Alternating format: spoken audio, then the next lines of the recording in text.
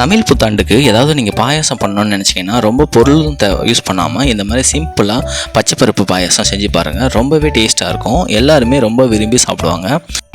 இந்த வீடியோ பார்த்துட்டு இருக்க எல்லாருக்குமே இனிய தமிழ் புத்தாண்டு நல்வாழ்த்துக்கள். இது எப்படி பண்ணலான்றது நம்ம ஃபுல் வீடியோவில் பார்த்து தெரிஞ்சுக்கலாம் வாங்க.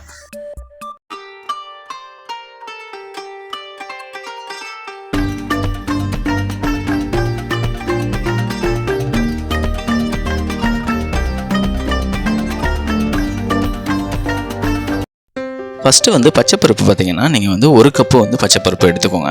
இது நம்ம ஒரு கப்பு எடுத்துகிட்டு இதை நல்லா தண்ணி ஊற்றி கழுவிடுங்க. நார்மலாக நீங்கள் நார்மலாக அரிசிலாம் கழுவோம் பார்த்திங்களா, அதே மாதிரி நல்லா நார்மலாக கழுவிட்டு அந்த தண்ணியெல்லாம் ரிமூவ் பண்ணிவிடுங்க. தண்ணியெல்லாம் ரிமூவ் பண்ணிவிட்டு நீங்கள் வேக வைக்கிறது தண்ணி பார்த்திங்கன்னா எந்த கப்பில் நம்ம பச்சைப்பருப்பு எடுத்தோமோ அதே கப்பில் 3 கப்பு தண்ணி ஆட் பண்ணிக்கோங்க. நல்லா வேகணும் பருப்பு, அதனால் 3 கப்பு தண்ணி ஆட் பண்ணிங்கன்னா கரெக்டாக இருக்கும்.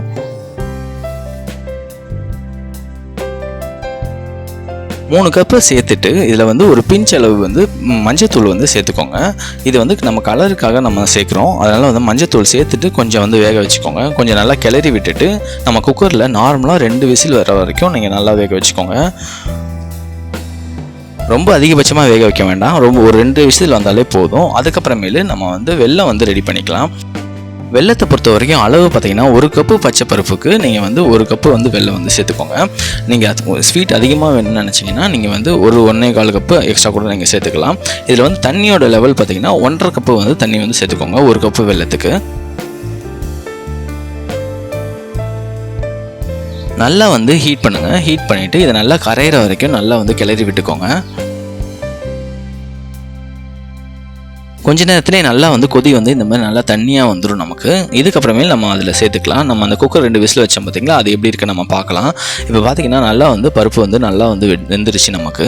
இதை நல்லா கிளறி விட்டு நல்லா மசிச்சு நல்லா கிளறி விட்டுக்கோங்க.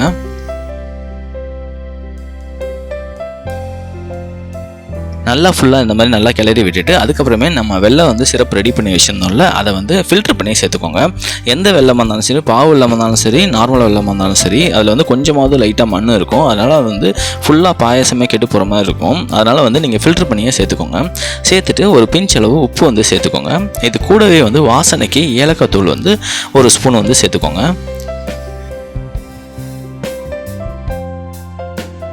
ரெண்டுத்தையும் சேர்த்துட்டு நல்லா கிளறி விட்டுக்கோங்க.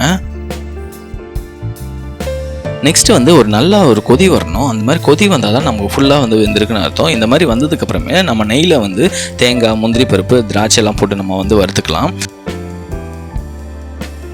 ஃபஸ்ட்டு நெய் நல்லா சூடானதுக்கப்புறமேலு தேங்காய் ஒரு பாதி கைப்பிடி அளவு தேங்காய் சேர்த்துட்டு இதை கொஞ்சம் நல்லா கலர் மாறுற வரைக்கும் இந்த மாதிரி பக்குவத்துக்கு நீங்கள் நல்லா வறுத்துக்கோங்க.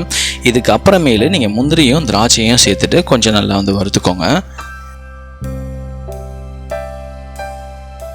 இது ஃபுல்லாக ரெடி ஆனதுக்கப்புறமேலு இந்த நெய்யோட இந்த தேங்காய் முந்திரி இருக்குது பார்த்திங்களா, இதோடு சேர்த்து அந்த பாயாசத்தில் அப்படியே சேர்த்துக்கோங்க. அந்த நெய்யோடு சேர்த்து நம்ம இதில் சேர்க்குறதுனால இன்னும் நல்லா டேஸ்ட்டாகவும் இருக்கும்.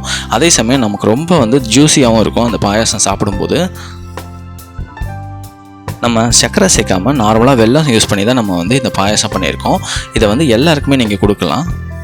இந்த தமிழ் நியூ இயருக்கு நீங்கள் பாயாசம் பண்ணணும்னு நினச்சிங்கன்னா இந்த வீடியோவை நீங்கள் சேவ் பண்ணி வச்சுக்கோங்க. இந்த வீடியோ பிடிச்சிருந்தா நீங்களும் ட்ரை பண்ணி பார்த்துட்டு கமெண்ட்டில் சொல்லுங்கள். மறக்காமல் சப்ஸ்கிரைப் பண்ணிடுங்க. தேங்க்யூ.